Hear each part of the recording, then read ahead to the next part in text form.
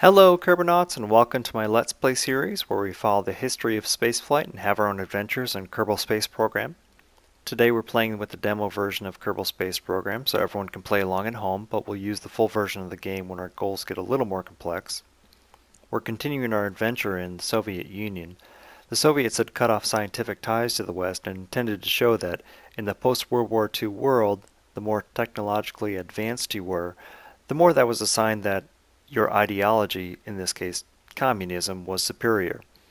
The U.S. Had explained itself to its citizens as a technological powerhouse, and really the thought of the day in the U.S. was that the Soviet Union was kind of this backwards country. So the Soviets built a satellite called Sputnik and put a few scientific instruments inside to measure temperatures and pressures during orbit. The instruments transmitted their information similar to how the beeps of Morse code are sent, but much simpler. These beeps were transmitted via radio in a way that was detectable by ham radio operators around the world. So when it was eventually launched, the satellite, which was polished and its booster intentionally had reflectors on it, they could be seen as they passed overhead at night. And also it could be picked up on amateur radio operators within the U.S. and other countries. There was no denying that the Soviets had been the first to find a way to orbit the Earth, and the radio signals were a constant reminder as the satellite passed overhead for the next 22 days. Sputnik would eventually orbit the Earth 1,440 times until it re-entered the atmosphere and burned up. The reaction to Sputnik in the United States was one of panic by many citizens, and that the U.S. and Soviet Union both had nuclear weapons, but only the Soviet Union had a rocket that could deliver these weapons anywhere on the planet at a moment's notice. The U.S. government had known for a while that Sputnik was coming from its U-2 spy plane photos, but it had severely underestimated the reaction by its citizens. So what we're going to do today is try to replicate Sputnik in Kerbal Space Program. It's a pretty simple task to do. It's just a ball with a few antennas off of it. But the orbit was interesting because it's an elliptical orbit, and we'll have a little look at how to do that in KSP. So what we're going to do today is try to replicate the orbit of Sputnik. Now, it wasn't a perfectly round orbit around the Earth. It orbited from 223 kilometers to 1,450 kilometers, so it was a pretty good elliptical orbit there. Converting that over to Kerbin, we're just going to say 100 kilometer orbit up to about a 700 kilometer orbit. That'll give us about the rough idea of what it looked like. Now what the Soviets did was they took one of their 6,000 kilometer range R7s and removed the booster, and you take this nuclear warhead on its own and you make a satellite exactly the same size as the warhead. It kind of gets the point across. Now there was a reason for this, is who wants to reinvent the wheel and build a whole new rocket just for the satellite? So make the satellite the same size as a nuclear warhead. But it gets across another point too, is that we just put something into orbit that's the same size as a nuke, and we were able to successfully fly it over your country. So we'll change the satellite just a little bit, and we're going to try and make ourselves 4 little antennas here to stick off here for radio antennas. I'm going to use these, they call them mobility enhancers, but they're ladders. And let's see, I need 4 of them. Not worried about the door, because again, we're still pretending that this is an unmanned craft. Turn on the angle snap. Now that's not really the direction the antennas point on Sputnik, so what we're going to do is I'm going to press the WASD keys, try and rotate this around and make it look like I want to. Okay, so that was just pressing D. Now I'm going to press S.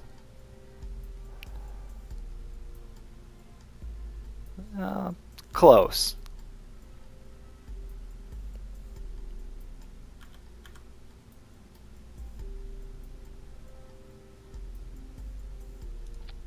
I'll call that close enough. We don't need our warhead anymore. Does it look good? Yeah, it looks good. We'll just put it on there. pretend that's the rounded bottom of the Sputnik there, and I'll add the booster back on. So let's head on out to the launch pad. Okay, so our first goal is to get up to 100 kilometers, and once we're there, we'll do a little bit of a burn to try and get into a round orbit, and then we'll just keep that burn up to get up into that 700 kilometer apoapsis. So there's a periapsis and an apoapsis. The periapsis is the lowest point in your orbit. That's going to be our 100 kilometers. And the apoapsis is going to be the highest point in your orbit. That's going to be 700 kilometers in this case. So let's just get the rocket up to 100 kilometers. Curious to see if I have enough fuel here to create an elliptical orbit, but there's one way to find out. You'll also notice that the ladders are collapsed. So I can extend them if I need to, but we're going to leave them alone.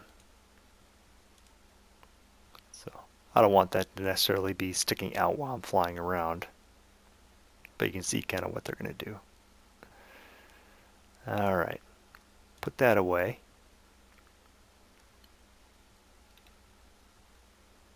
And okay, ready to go.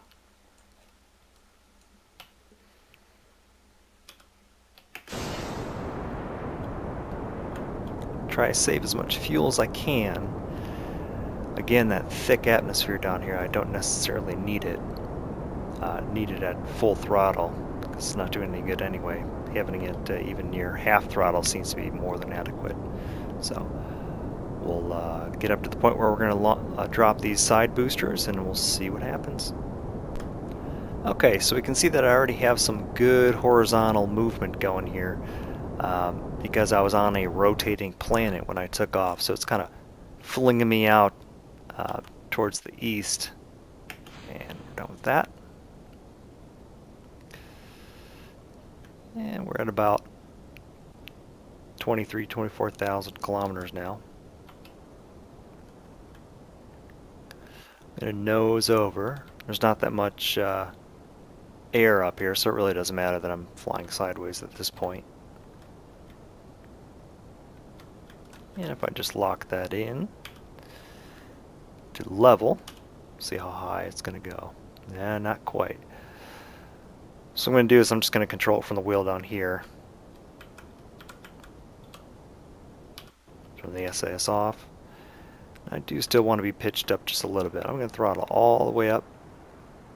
Now that we're up out of the atmosphere, I can get a lot of work done with this rocket. And I want to see this apoapsis point stay out way in front of me, because that'll give me a nice flat trajectory. I'm already pretty high at 40,000 meters. Probably don't need to be pitched up that much, but you can see the more I pitch down, whoop, do a little barrel roll there. The more I pitch down, the more this apoapsis is going to move back towards me. And the more I pitch up, the farther it's going to go out in front of me. So I don't want it too far out in front of me, because then I'm just sitting there in the atmosphere for too long.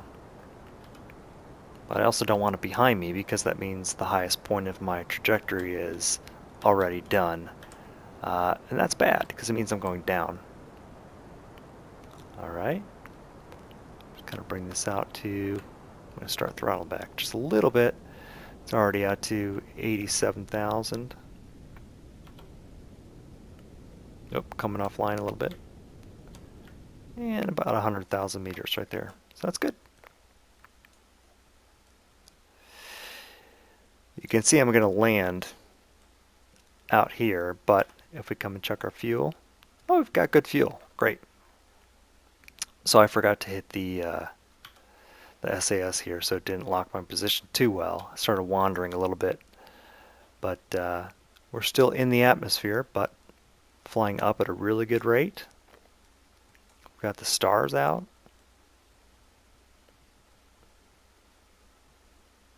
Got a nice bright white booster here, so everybody at the in the other country there can see that we're overhead. The booster was actually way more visible than Sputnik was itself. Sputnik was a polished ball basically, but the booster had some intentional reflectors on it, so a lot of people were able to see the booster a lot easier than the actual satellite. But once you saw one or the other, the booster was in orbit, just like it's going to be now, with the satellite. So you could see it chasing the satellite as it went around the Earth just short of 1,500 times. So I'm actually not going to deorbit our Sputnik. I'm just going to let it go around, and we'll keep it around for posterity's sake as the series goes on. But if I wanted it to be more like Sputnik, what I would do I'd say, okay, well, the atmosphere starts at 70,000 kilometers or so. I'll just set my lowest point, my periapsis, at about 69,000. So every time it would just kind of skim through the atmosphere just a little bit and slow down just a little bit more. And what that would do is it would bring that far point. I'm actually missing the apoapsis at this point. Oh, jeez. Trying to talk and fly at the same time. So anyway, what would happen was it would bring that, and now I'm back in the atmosphere. No.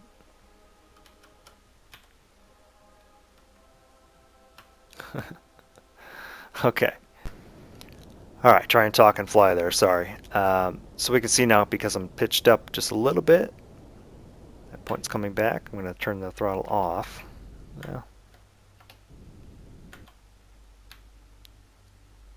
And going to use the engine to rotate me just a little bit. All right, now we're locked in there on the same path as our trajectory. At 98,000 meters, that's close enough. I'm just going to burn this.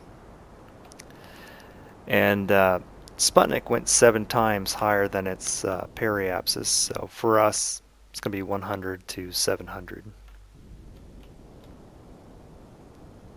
And that's close enough. It's about what it looks like. So, here's what it looked like. And it's pretty interesting to see how they did that. There's a few things you can do so you get scientific data from this low atmosphere, or from this low orbit right above the atmosphere, to pretty far away from the planet.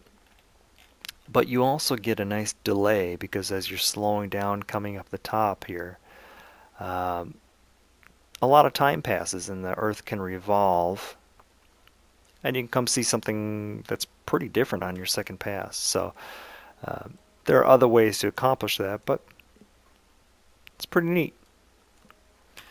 So now it comes down to, we need to launch the satellite. So I want to make sure I launch it in the same orbit that I'm pointing. I'm going to lock it in here. And we're going to say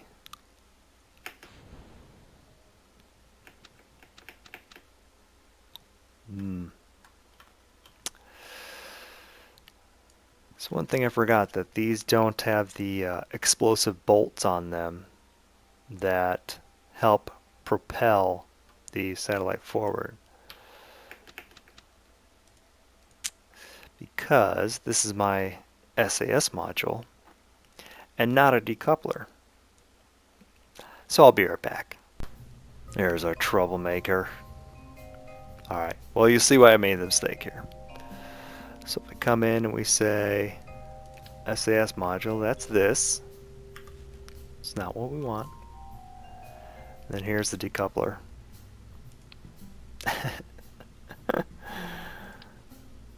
Okay. There. Yeah, I don't want the satellite to eject at the same time as the 4 side boosters, so I'll fix that. And then the parachute can be whatever it is. That's fine. All right, let's get back in the same orbit. All right, so on our way back up, here's our first stage, the boosters dropping off. There goes our apoapsis.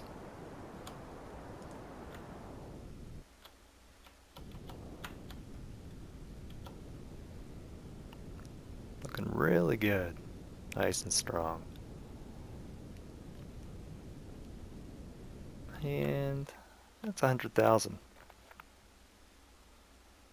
Now you can see if you're watching in HD, which I encourage you to do with this series because these graphics are great in this game. The apoapsis will drop as time goes by. I'm actually in 2x warp right here so you can see it. But for as long as I'm in the atmosphere, it'll drop. But as soon as I exit out, see that number's not going down anymore. So whenever I'm in the air, it'll be causing drag. It'll be pulling that in. And that's exactly what Sputnik did. Alright, so let's warp up to the apoapsis. I'll establish that 700 kilometer apoapsis, 100 kilometer periapsis, and we'll come back. Okay, so here we go. 100,000 meters and 704,000 meters. So almost perfect. There we are. And we'll come back in, and there's our highly reflective booster. Let's try this again. There we go. So now I need to deploy my antennas, which will beam my scientific data back down.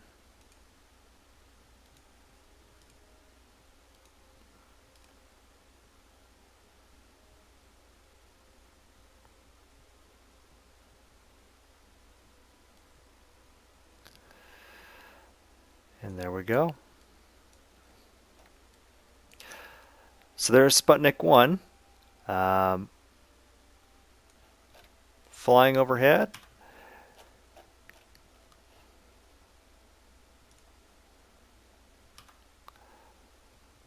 Showing its dominance over the other countries on Kerbin. And what we'll do is go ahead and close out this episode now. This is a pretty short one, but thanks for coming by. And if you like this episode, give it a like, give me a subscribe, leave a comment if you like. Let me know that you like what I'm doing so I keep doing it. I really like doing this, so I hope that you're enjoying it as well. Here's KSP coming up underneath us. And I hope to see you here next time on KSP Space History. Thanks. Bye-bye.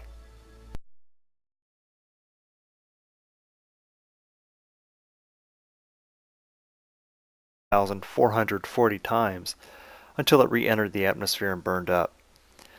The reaction to Sputnik in the United States was one of panic by many citizens, and that the US and Soviet Union both had nuclear weapons, but only the Soviet Union had a rocket that could deliver these weapons anywhere on the planet at a moment's notice. The US government had known for a while that Sputnik was coming from its U-2 spot. Hello Kerbonauts, and welcome to my Let's Play series where we follow the history of spaceflight and have our own adventures in Kerbal Space Program. Today we're playing with the demo version of Kerbal Space Program so everyone can play along at home, but we'll use the full version of the game when our goals get a little more complex. We're continuing our adventure in the Soviet Union. The Soviets had cut off scientific ties to the West and intended to show that in the post-World War II world, the more technologically advanced you were, the more that was a sign that your ideology, in this case communism, was superior. The U.S. Had explained itself to its citizens as a technological powerhouse, and really the thought of the day in the U.S. was that the Soviet Union was kind of this backwards country. So the Soviets built a satellite called Sputnik and put a few scientific instruments inside to measure temperatures and pressures during orbit. The instruments transmitted their information similar to how the beeps of Morse code are sent, but much simpler. These beeps were transmitted via radio in a way that was detectable by ham radio operators around the world. So when it was eventually launched, the satellite, which was polished and its booster intentionally had reflectors on it, they could be seen as they passed overhead at night. And also it could be picked up on amateur radio operators within the US and other countries. There was no denying that the Soviets had been the first to find a way to orbit the Earth, and the radio signals were a constant reminder as the satellite passed overhead for the next 22 days. Sputnik would eventually orbit the Earth 1,000